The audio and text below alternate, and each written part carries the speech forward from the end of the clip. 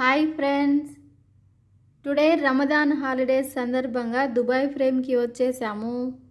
Dubai frame అనేది UAE largest cultural landmark అన్నమాట. Burj Khalifa తర్వాత ఈ ఫ్రేమ్నే చూస్తారు.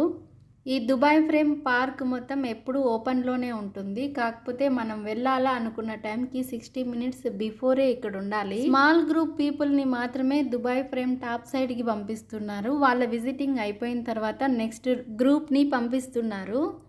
టికెట్ విషయానికి వస్తే అడల్ట్స్కి వచ్చేసి 50 దిర్హామ్స్, అలాగే చిల్డ్రన్ 3 to 12 ఇయర్స్ వచ్చేసి 20 దిర్హామ్సే. Under 3 years children free.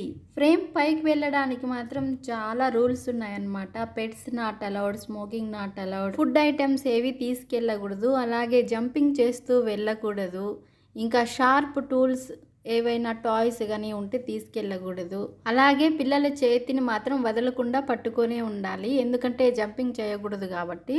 ఇంకా పెద్ద పెద్ద బ్యాగ్స్, ట్రాలీస్ వచ్చేసి గేట్ నెంబర్ 4 దగ్గరే ఉంచేయాలి. ఇంకా ఇక్కడ ఎగ్జిబిషన్ ఉంటుంది. అటు సైడ్ ఓల్డ్ దుబాయ్, ఇటు సైడ్ న్యూ దుబాయ్ని వాళ్ళు చూపిస్తూ వెళ్తారు. కాబట్టి మనం ఎక్కడా కూడా టచ్ చేయకుండా ఎగ్జిబిషన్ని చూస్తూ వెళ్ళొచ్చు.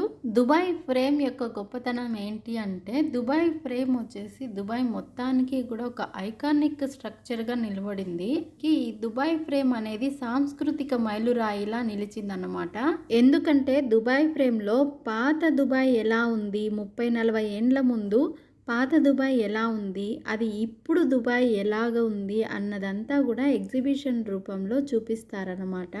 ఆ విధంగా ఇప్పుడున్న దుబాయ్, దాని ప్రారంభ స్థాపన, భవిష్యత్తుకు వాళ్ళు వేసిన పునాదులు, ప్రతిష్టాత్మక ప్రణాళిక అడుగులు అన్నీ కూడా మనకు కళ్ళకు కట్టినట్టు చూపిస్తూ మన జర్నీ సాగుతుంది. అలాగే పైకి వెళ్ళాము అంటే అద్భుతమైన అట్రాక్టివ్ దుబాయ్ సిటీని మనం చూడొచ్చు.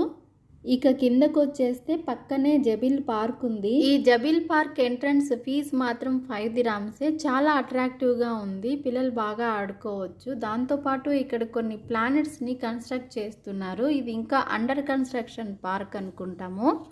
ప్లానెట్ హౌసెస్ లాగా ఉన్నాయి. అక్కడ మెర్క్యూరీ, ఎర్త్, సాటర్న్ని పూర్తి చేశారు. మిగిలినవి కూడా ఇంకా పూర్తి చేయాల్సి ఉన్నట్టుంది. ఈ ప్లానెటోరియం పూర్తి చేయడానికి ఇంకా 2 ఇయర్స్ పట్టేలాగా ఉంది, ఎందుకంటే హెవీగానే ప్లాన్ చేసినట్టున్నారు. ఇక పార్క్ మాత్రం చాలా నీట్గా, క్లీన్గా ఉంది. పిల్లలు మాత్రం బాగా ఆడుకోవచ్చు హ్యాపీగా. చూస్తున్నారు కదా, పార్క్ మొత్తం ఈవినింగ్ వ్యూ చాలా బాగుంది. నా ఛానల్ని సబ్స్క్రైబ్ చేసుకోకపోతే సబ్స్క్రైబ్ చేసుకోండి ఫ్రెండ్స్. ఒక లైక్ చేసి వీడియో చూడండి, అలాగే షేర్ చేయండి. Thank you friends.